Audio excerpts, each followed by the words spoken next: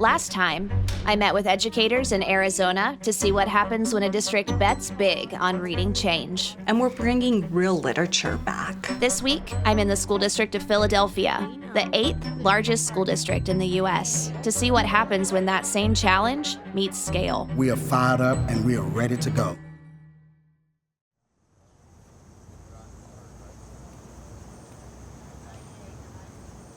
I was doing what I thought was best, but I know that this isn't best for my kids and I need to figure out what to do about it.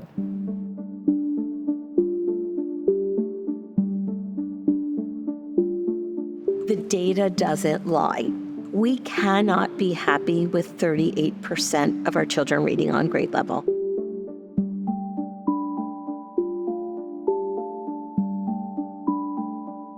Do they have the skills that will set them up for a limitless future?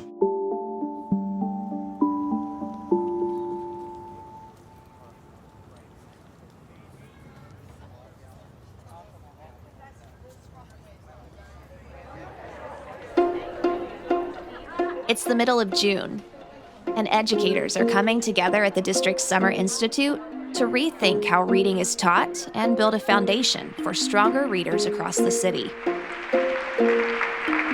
We are here today with over 600 educators in the school district of Philadelphia who are at the start of their journey with Imagine Learning and the science of reading.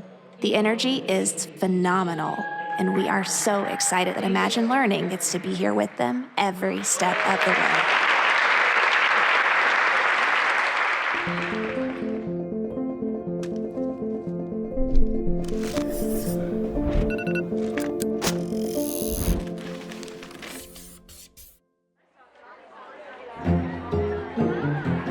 I meet with two of the educators at the forefront of Philadelphia's pedagogical shift. Erin Sirach, a school-based teacher leader, and Antonio Karma, director of curriculum for ELA. So you and I were just having a really beautiful conversation about just being educators and entering into a moment where we kind of realized we'd been teaching children wrong for a long time. Tell me that story. Okay. So at the time, I was still in the classroom. I was a second grade teacher for years. I was a balanced literacy person. I committed. It was beautiful. My classroom had bean bags. We had soft lighting. It was a beautiful, beautiful place to be. I still wasn't getting the results that I needed. I listened to a podcast, Sold a Story. Listened to Sold a Story. Bawling. I cried, right? My husband's like, what is wrong with you? And I went through a grief process. I know it's a lot of people's beginnings. And I'm trying to explain to him, and he's like, but Erin, like, you always get all distinguished on your observations and da-da-da-da-da, and, I don't understand. And I'm like, that's great. I was doing what I thought was best, but I know that this isn't best for my kids, and I need to figure out what to do about it. I started looking further into it. All kinds of book studies with lead researchers on the science of reading, and I was like, okay, I need to, take a course on this.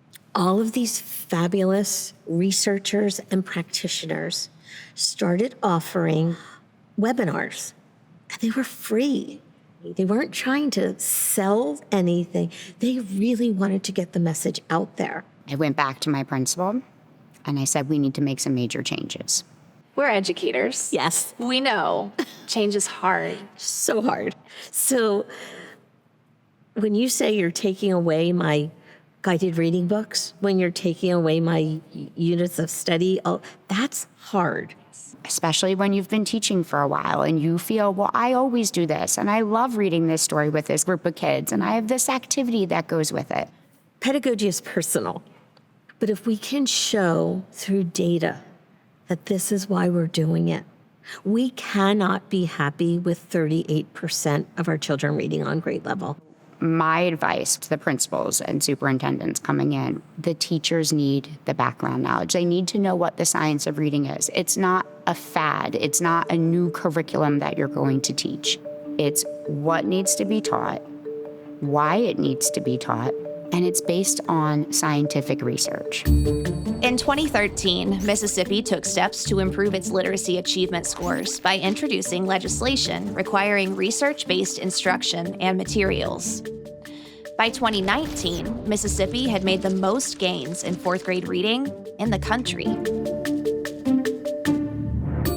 Now, in Philadelphia, Deputy Superintendent Dr. Jermaine Dawson is helping lead plans to improve reading proficiency levels. He shares what brought him to this work and how this shift could be life-changing for students. Dr. Dawson, your keynote speech was incredibly inspiring and spoke beautifully to the mission of the School District of Philadelphia. Why is this important? It's so important that our students are able to read and read at high levels.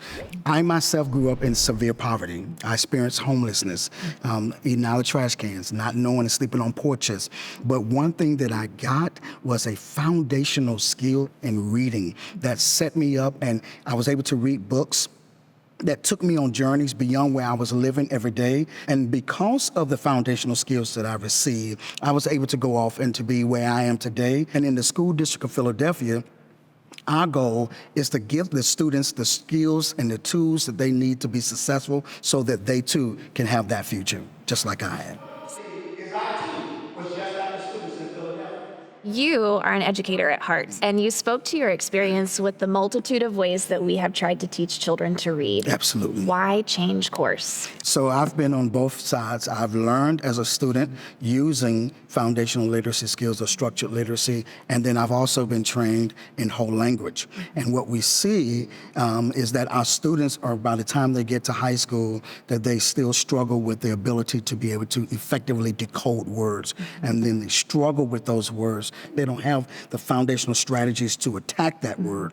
That then creates a problem with comprehension. And so it slows down the process. And what this will do through structured foundational literacy skills, phonemic awareness, phonics, fluency, vocabulary, automaticity that comes in fluency, that builds the comprehension, now they can take those skills and tools and start to read more advanced texts and start moving from learning to read to reading to learn. So that when our students are going on in life and learning those sounds and the blends to now being able to tackle multisyllabic words in a high, rich vocabulary, biology or world or American history text, they have those skills that they learn all the way back in kindergarten through third grade to help them to be successful with those texts in high school and in college or even in life. It's an unfortunate truth that change doesn't happen overnight. It takes time, practice, and support from people who know how to bring all of the research together. I sat down with those leading that work in Philadelphia, helping teachers as they bring new reading practices to life. As educators, we're nervous when we have to implement a new curriculum, when we have to change from something that we knew before. How do you help them manage that? I let them know that I'm so happy you're here. I've been in your shoes with different curriculums. I've implemented this curriculum myself. And so trying to talk to them about all of the little nuances that I learned. Where you're at is exactly where you need to be. When you come into a session, we are going to really lead you step by step and scaffold you through that process so that by the end of the session, you are feeling a lot better about it than you were at the beginning. I think we do a really good job of putting educators at ease and just, giving them information bit by bit that's going to help them out. All right, so we are going to use our back-to-back face-to-face protocol this time. So when I say go, you're going to stand back-to-back with a partner. I'm thinking about what it would feel like for me to sit in that PD, knowing all the PD as a teacher that I've sat through, what resonated with me, what didn't, what made an impact, and letting them know that that culture of grappling, that nervousness we feel means that we are growing and we are learning. It's what we want in our kids and it's what we want in our teachers. And so having another teacher talk to a teacher, we know our own, and it really puts them at ease. So we know that there's a word you're trying to guess and the other person's giving clues to guess the word. So who wants to win $10,000? All right, you get a piece of candy, that's it. All right, so ready? Go. Back to back. A leader really does have a different role in a curriculum implementation. How do you support them in supporting educators? Yeah, so we know our leaders are definitely going to be in the classrooms and seeing all the things that are happening. And so we definitely let leaders know that they are the change agent, right? And so we give them the PD that their teachers also would get, but from that leader's lens, by letting them take a good look at the curriculum at that high level, but then also letting them know what their teachers need to be supported, right? So what materials are needed needed, what ideas are needed, what planning things are needed. So we kind of just take everything that the teachers need and make sure that the leaders are aware of that so that they can help make those shifts. They're in the best hands they could be in. We really have designed things bit by bit to help them learn a little bit and then apply it. Learn a little bit more and apply it to continually build their skills. Also letting them know this isn't once and done. We are going to continue to partner with them and give them whatever they need to be the most successful they can. Give yourselves a round of applause. Yeah, back and back. Perfect. Normally you would swap places.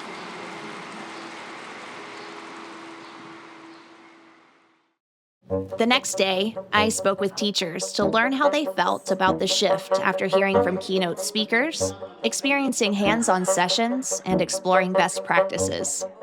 We knew something was missing all along, and we didn't know what it was. And then as we started to dig into the science of reading, we all just kind of were like, that's what's missing. That's the piece that's missing. I am so excited that we are going to create a school full of readers. For our kids, this will be life-changing. But as educators who are passionate about what they do, who love spending time with their children, when you walk in the room on the first day, what's your first feeling?